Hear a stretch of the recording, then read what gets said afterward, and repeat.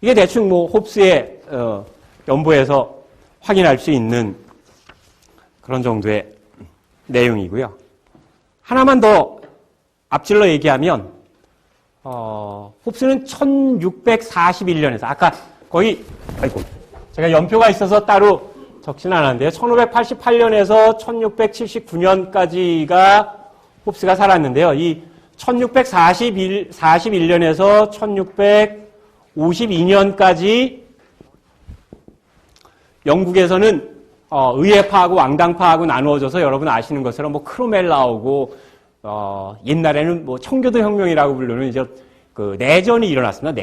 내전이 일어났을 때 프랑스로 망명을 갔어요. 왕당파였기 때문에 의회파가 정권을 잡으니까 프랑스로 망명을 갔는데요. 프랑스로 망명을 간 상태에서 홉스가 뭐 했냐면 황태자의 수학 가정교사를 했어요. 근데 수학 가정교사를 오래 하진 못했고요. 수학 가정교사 조금 하고 있는데 제 무신론자니까 황태자 가정교사 시키면 안 된다 그래가지고 거기서도 왕따가 됐다고요. 망명지에서도. 왕당파였는데 왕당파 세계에서도 다시 왕따가 됐어요. 그 망명지에서 파리에서 쓴 게 1651년에 쓴 게 리바이던입니다. 그러니까 파리 망명 중에 썼고요. 출판은 영국에 돌아와서 했죠. 그러니까 망명 중에 리바이어던을 썼는데 놀랍게도 그 리바이어던을 망명지에 있는 찰스 2세에게 그 당시는 웨일즈공이라고 불리는 그 영국의 황태자들은 흔히 웨일즈, 그러니까 프린스 오브 웨일즈라고 그래서 그 14세기에 웨일즈를 정복하고 난 다음에 웨일즈 왕위를 잉글랜드 왕이 뺏고 난 다음에 자기 아들을 웨일즈 왕자로 삼았거든요. 그래서 뭐 흔히 웨일즈공이라고 얘기하는데요. 그 찰스 2세인 웨일즈공한테 바치려고 했는데 못 바쳤어요. 리바이던을, 책을. 안 받아줘요. 안 받아줘. 주변에서. 홉스의 이 리바이던을요. 그래서 홉스는 리바이던을 출판하고 난 다음에 이데올로기는 왕당파인데 정치적인 발언은 죽을 때까지 하지 않았어요. 비슷하죠, JP하고. 비슷합니다. 이 사람이 어떤 당파를 가지고 있는 건 어렴풋이밖에 몰라요, 사람들이. 그렇죠? 홉스가 1651년에 리바이던을 쓰고 왕당파로서의 자기 정체성을 보여주면서 내가 이런 책을 통해서 군주의 권한이 중요하다라는 걸 강조했음에도 불구하고 왜 그 주변의 왕당파들이 받아들이지 않았는가라는 걸 또 우리가 조금 이따 살펴보겠지만 그거에 홉스가 마음을 다쳐서 한평생 정치적인 발언을 하지 않아요. 그런데 1652년에 올리버 크로멜이라고 이 영국 역사에서 최초로 공화정을 했던 사람인데요. 올리버 크로멜이 대사면령을 내려서 영국에 돌아오게 해요. 망명귀족들을. 찰스는 물론 못 왔지만요. 망명귀족들이 영국에 돌아오고 나서 문제가 하나 더 있어요. 대사면령에 의해서 영국에 왔는데 와보니 국왕은 1642년에 이미 목 잘라가지고 참수형으로 죽었죠. 그 다음에 귀족들의 정치 발언되었던 상원이라고 하는 상원은 완전히 없애버렸고요. 국왕과 상원이 없는 잉글랜드. 다시 얘기하면 왕당파의 근거지가 완전히 사라진 잉글랜드에 와서 요즘 같으면 옛날 우리나라에 뭐 송지율 교수님 들어오실 때나 뭐 저기 장기 선생님들 이런 거 하면 전향서 받잖아요. 전향서. 똑같아요. 망명귀족들과 왕당파들에게 공화정 정부인 올리버 크로멜이 공화정의 대의에 충성을 다한다라고 하는 서약서를 쓰게 해요. 근데 왕당파였던 귀족들 입장에서는 정치적 이데올로기를 배신하는 거잖아요. 변절하는 거죠. 변절. 그들 입장에서는. 어떻게 해야 되나? 그리고 홉스를 찾아옵니다. 홉스에게. 홉스 선생님, 당대의 이론가라고 하실 수 있는 홉스 선생님, 이럴 때 우리는 어떻게 해야 됩니까? 아주 홉스는 심플해요. 홉스는. 충성맹세를 해라. 홉스의 결론. 왜? 이 세상 살면서 제일 중요한 게 너 개인의 생명보존이다. 아까 홉스는 죽음에 대한 공포라고 하는 것을 평생 안고 산 사람인데 이 죽음에 대한 공포라고 하는 거에 대척점에 있는 게 뭐냐면 자기 생명의 자기 보호이잖아요. 자기 보호. 그래서 말합니다. 국왕이라고 하는 존재가 있을 때는 국왕의 충성을 다해야 되나 국왕이라고 하는 존재가 사라지고 새로운 국왕과 같은 새로운 그런 힘을 가지고 있는 국가가 들어섰다면 그 국가에 충성하는 게 마땅하다. 실제로 왕당파들은 그거에 다 서명을 하고 복귀를 했어요. 복귀를 했는데 그래도 왕당파 중에 심지 있는 왕당파도 있을 거 아니에요. 우리가 살다 보면 한나라당에도 심지 있는 사람들이 있잖아요. 이렇게 뚝심이 있고 죽어도 한나라당 뭐 이런 사람들이 있잖아요. 그래서 당명 계칭된 것도 반대해서 끝까지 한나라당만 만들고 이런 영남에 아세요?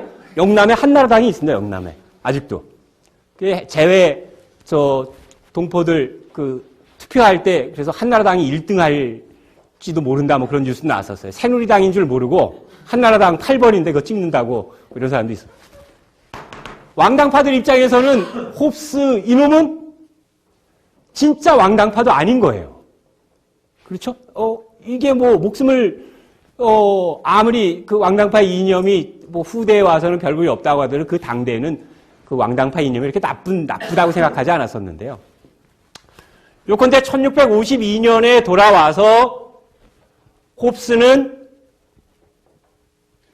초지일관 사실은 자기의 정치적인 이데올로기로서의 왕당파라고 하는 것보다 더 중요하게 생각했던 게 자기가 주장한 이론의 원칙이에요. 그러니까 홉스에게는 정치적 이데올로기의 일관성을 유지하는 것보다 자기가 생각한 자기가 구축한 정치 철학의 일관된 결론을 밀고 나가는 게 더 중요하게 생각했어요. 그런 면에서는 학자예요. 그런데 왕당파들이 보기엔 마땅치 않잖아요. 근데 책에 제가 쓰지 못했는데 1666년에 영국의 런던에 큰일이 일어난다. 이게 뭐냐면 런던 대화재가 일어나요. 이게. 그래서 지금 우리가 알고 있는 런던이라고 하는 거는 이 시절에 크리스토퍼 렌이라고 하는 아주 당대 최고의 건축가가 재건축 설계를 딱 짠 겁니다. 그래서 비교적 영국 런던이 또 이렇게 도시계획이 좀 된 편이에요. 그 유럽에 있는 오래된 도시들 중에. 대화재가 일어나면서 어떤 일이 일어나냐면 그 당시니까 사람들이 인심이 흉흉해지니까 이렇게 말합니다. 이 신성모독을 한 인간들과 무신론자들이 판치기 때문에 신의 벌에 의해서 런던에 화재가 났다. 그러니 신성모독과 무신론자들을 전부 처단해야 한다. 이런 걸 하원에다가 입법을 냅니다. 그러니까 실제로 그 입법 과정에서 토마스 홉스는 생명을 보존해야 되잖아요. 그러니까 자기가 무신론자이거나 혹은 자기가 신성 모독을 했다라고 하는 빌미를 얻을 수 있을 것 같은 책을 싹 없애요. 그 책을 태워버린 거예요, 자기가. 그래서 홉스의 책은 자기가 썼으나 없는 책들이 많아요. 이때 태웠어요. 1667년에. 겁먹고. 이게 장수만세 나갈만 하죠.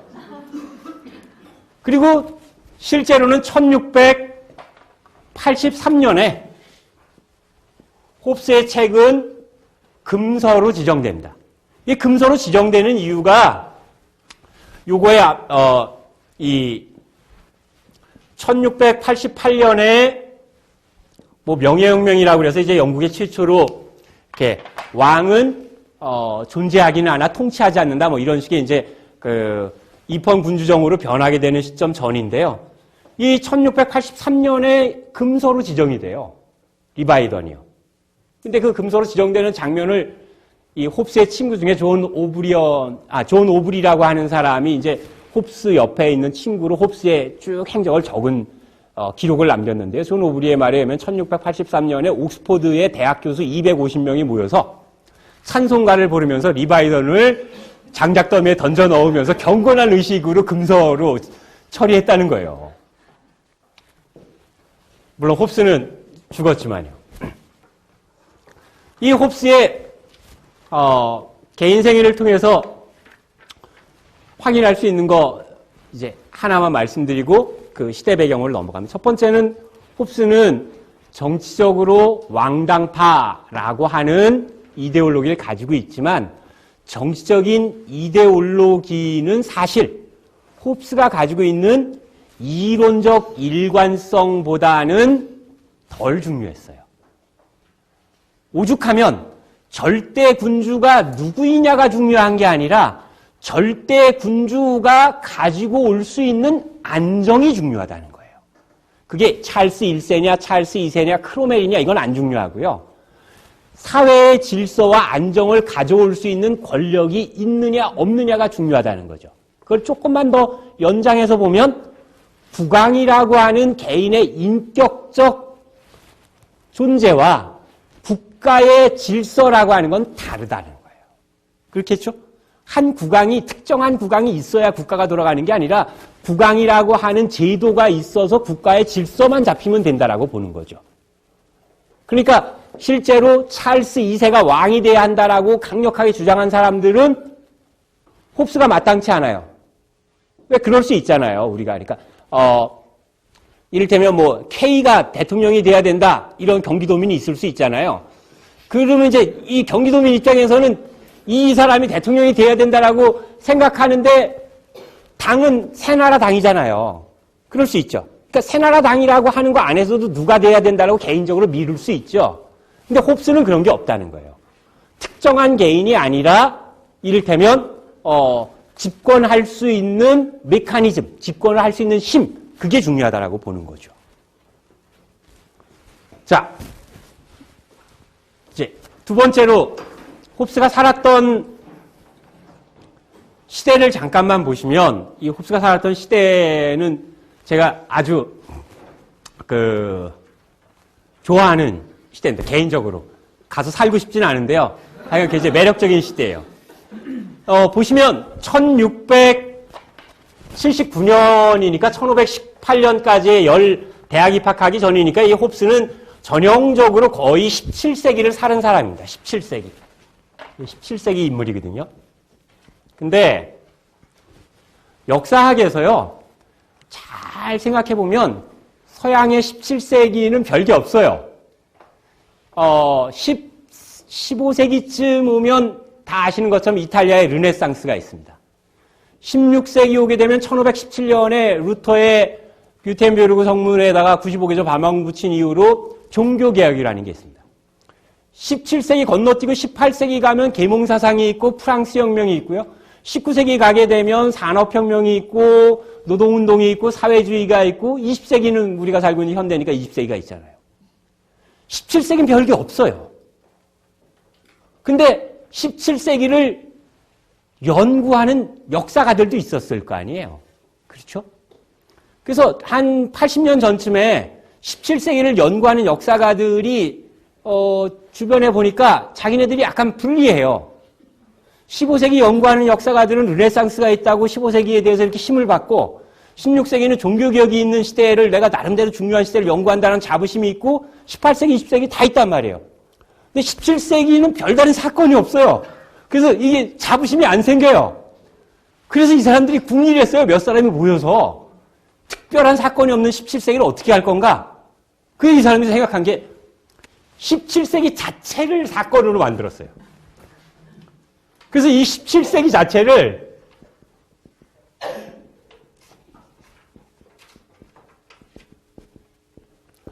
제너럴 크라이시스, 그래서 17세기에 뭐 특정한 사건을 끄집어낸 게 아니라 17세기 자체가 통째로 문제인 시대를 우리는 연구하고 있는 사람들이다.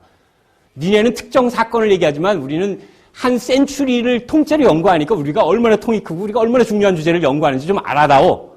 이렇게 얘기를 하면서 17세기를 일반적 위기의 시대라고 말했는데요. 이게 나름 아주 의미가 있어요.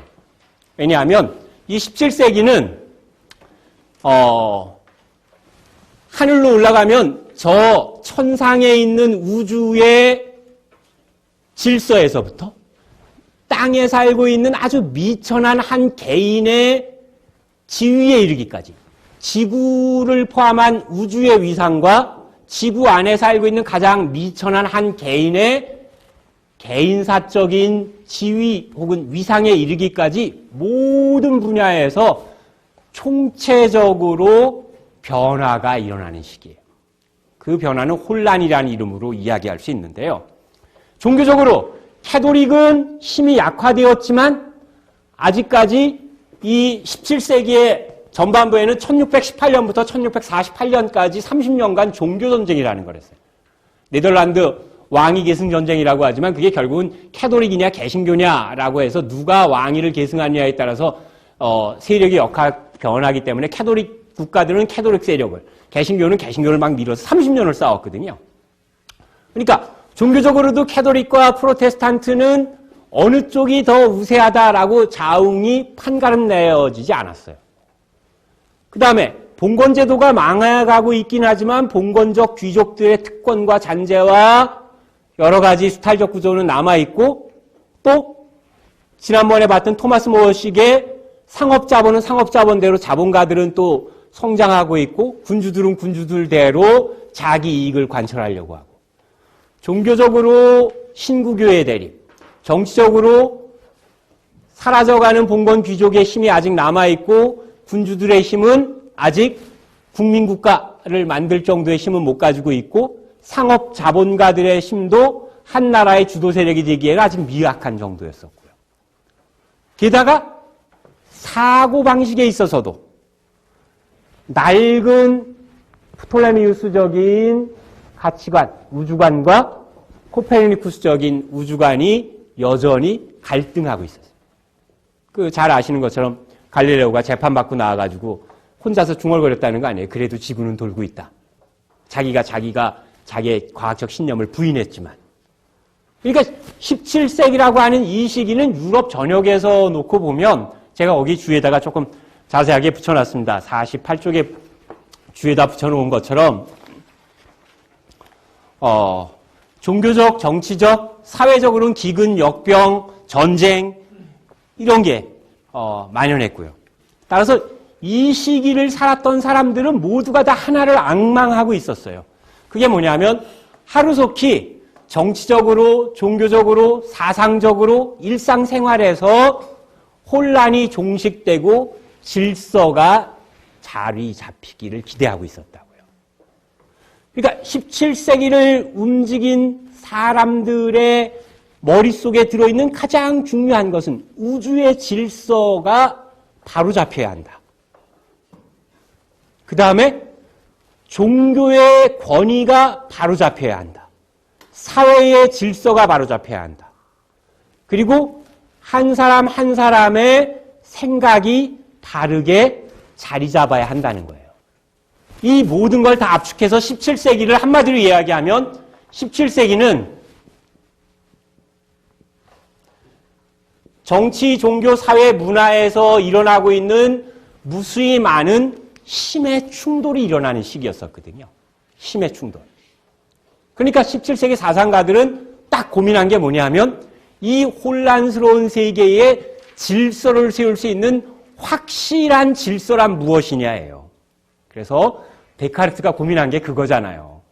내가 이 세상을 정확히 알려면 이 세상을 정확히 아는 데의 가장 출발점, 하나님을 끌어들이지 않고 절대로 이 세상에서 누구라도 부인할 수 없는 확고 자명한 원칙은 무엇인가예요. 찾으려고 했던 게. 홉스도 마찬가지입니다. 홉스가 찾으려고 했던 것은 17세기에 일어난 이런 힘의 충돌을 가져오는 그 충돌을 일으키는 원인이 무엇인가를 알면 해결책도 나올 거 아니에요. 그래서 17세기를 사상적으로 보면 17세기는 힘의 충돌 속에서 일어나는 혼란을 종식시킬 수 있는 질서를 향해 나아가는 힘을 어떻게 찾을 것인가요? 그 질서를 향해 나아가는 힘을 찾아야 한다는 게 이 홉스에게는 훨씬 더 절박했어요. 왜냐하면 아까 말씀드린 것처럼 1640년에서 1660년까지 20년 동안 영국에서는 시빌 워라고 해서 내전이 일어나서 왕당파와 의회파 사이에 한 20년간의 전쟁 상태가 계속되었거든요. 그 전쟁 상태가 계속되면서 홉스는 11년간 망명 생활을 했었고요. 망명 생활하는 도중에 자기가 가지고 있는 생각이 있는 그대로 이해받지 못하고 항상 정치적인 색안경을 끼고 해석되는 게 익숙한 사람들, 익숙한 세계에 놓여 있었어요. 그러니까 홉스 자신의 입장에서는 사람들이 이렇게 세상을 혼란시키는 무지 많은 힘들이 있는데 그 무지 많은 힘들이 어떤 이유에서 생겨났는지를 내가 꼼꼼하게 찾고 정리하고 책으로 썼는데 그 쓴 내용도 있는 그대로 봐주지 않고 편견을 가지고 본다는 거죠. 그 편견을 가지고 보는 사람들의 생각에서 홉스가 깨우친 게 뭐냐면 정치적으로 침묵하는 거였어요. 토마스 모의 침묵과는 다르게 정치적인 현안에 대한 발언은 하지 않고 조용히 침잠합니다. 그래서 놀랍게도요, 홉스는 90살에도 새 책을 썼어요. 93세에 죽었는데요.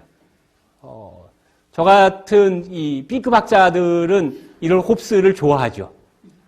나도 90에 책 써야지. 지금은 못 썼지만 90엔 쓸 수 있을 거야. 희망을 줘요. 칸트도 희망을 줍니다. 저 같은 사람에게는. 63세에 순수이성 비판 쓰고 세계적인 철학자가 되었잖아요. 63세 아직 많이 남았습니다. 이게 아직 기회가 있다. 우리에겐 기회가 있다. 뭐 이런 걸 보여줍니다. 자, 49쪽으로 가서 이제 하나만 정리하고 가겠습니다. 49쪽에 보시면 이 모든 말을 다 통칭해서 한마디로 이야기하면 홉스가 꿈꾸었던 것은 그러니까 폭력적인 전쟁 상태 그리고 사람들의 무지와 편견에 따른 불신과 독단과 광신 이런 것에서 벗어나야 되는데 그런 폭력, 무지, 광신, 편견 이런 것들이 홉스에게는 딱 한 가지 감정으로 응축되어 나왔어요. 그게 뭐냐면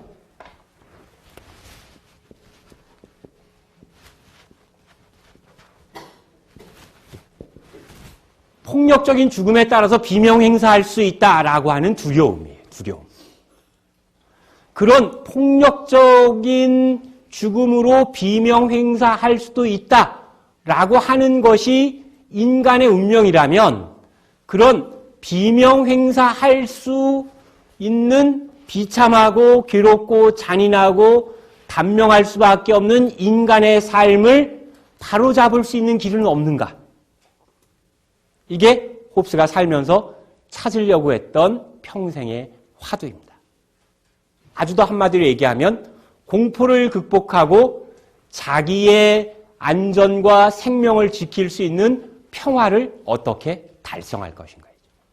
사회적인 용어로 얘기하면 사회 변동기의 사회 혼란을 극복하고 사회 질서를 어떻게 확립할 것인가. 사회 질서를 가져올 수 있는 정치적인 권위를 어디에서 확립할 수 있을 것인가. 이런 게 홉스의 머릿속에 들어있었던 문제의식이고 리바이던이라고 하는 책은 그런 문제의식에 대한 홉스의 아주 구구절절한 아이디어들을 담고 있는 책입니다. 놀랍게도요, 이 리바이던이라고 하는 책은 이것도 우리나라에서 3년 전에 완역됐어요. 이 책도요. 우리나라에서. 3년 전에 완역되었고 3년 전에 완역을 할 수 있었던 이유도 출판사에서 용감하게 리바이던을 완역하면 한국의 많은 독자들의 지적 수준이 높아졌기 때문에 이 책이 최소한 본전을 할 것이다. 이런 판단으로 만든 게 아니고요. 학술진흥재단이라고 하는 데서 더 이상 한국이 문화국가로 안 쪽팔리려면 이 정도 책은 내줘야 된다라고 지원해서 번역했어요. 책도요. 이 하나만 잠깐 마무리하고 넘어가겠습니다. 49쪽의 제일 밑에 보시면 이제 잠시 후에 제가 설명드리려고 하는데요. 이 토마스 홉스가 이야기한 것 중에 지금이라면 아마 특허권을 내 가지고 그야말로 뭐 빌 게이츠만큼은 아니지만 하여간 그래도 이 토마스 홉스가 잘 살 수 있었던 지적 특허를 낼 만한 용어들이 있습니다. 그게 자연 상태. 홉스가 처음 대중화시켰어요. 그 다음에 사회계약. 그 다음에 근대적인 의미의 뭐 자연권. 이런 거는 다 마데인 홉스입니다. 이게 마데인 홉스예요. 이게 홉스 겁니다. 홉스 거. 실제로 홉스는 아까도 얘기했지만 캐벤디시가에서 평생을 가정교사로 살았고 죽어서도 캐벤디시가의 가족무덤에 묻혔다가 지금은 그 옆에 떨어진 조그만 교회에 묻혀 있는데요. 이 93세까지 장수할 수 있었던 이유 중에 하나는 돈이 많아서가 아니었어요. 홉스가 장수할 수 있는 이유 중에 하나가. 아마 이게 있었으면 100세 살았을지 모릅니다. 지적 특허를 내서 권리를 받아서 돈을 받았다면 오늘날 같으면 100세까지 살았을지 모르는데요. 그 학자라고 하는 사람들은 백해무익한 걸 공부하잖아요. 제가 아는 저의 아주 절친은 사학과 지망해가지고요. 공부 뭐 했냐 하면요. 고려시대 사람들은 뭘 먹고 살았을까가 박사학위 주제였어요. 그 내용을 좀 더 자세히 보면 닭고기를 많이 먹었을까, 소고기를 많이 먹었을까, 돼지고기를 많이 먹었을까 이런 거거든요. 10년 걸렸어요. 그 학위 논문을 쓰는데요. 어렵잖아요. 그 자료가 없죠. 이런 걸 해요. 이게 자기 좋아하는 짓이죠. 그러니까 이게 늘 얘기하지만 이게 사이코 기질이 없이는 불가능합니다. 이게. 그래서 얘가 박사학위 논문 10년 만에 써가지고 고려시대 사람들이 어떤 고기 많이 먹었는지 궁금하지 이렇게 술자리에서 얘기했는데 주변 반응은 뭐였겠어요? 입 닥치고 삼겹살이나 먹어 이놈아. 뭐 이거예요. 10년 공부했는데 대화에 들어가지도 않아요. 서양에도 그런 학자가 있어요. 그래서 홉스가 사상가이고 정치철학자인데 그걸 연구를 안 해요. 이 사람 뭘 연구했냐면 홉스가 93세까지 장수한 비결이 뭔가를 연구한 사람이 있어요. 정치철학자 홉스를 연구했는데 그걸 연구 안 해요. 그리고 왜 장수했날 연구한 거예요. 왜 장수했날을 연구를 하니까 홉스가 75세까지 테니스를 쳤대요. 75세까지. 그리고 사람들 없을 때 방문 걸어 잠그고 노래 부르기를 했다는 거예요. 노래 부르기. 그러니까 이게 잘 생각해보면 우리가 노래 부르면 호흡이 길어지고 그럴 수 있잖아요. 그리고 세 번째 의의는 와인을 좀 먹었는데 와인을 먹은 횟수가 한 100번이 안 된대요. 와인을 좋아하는데.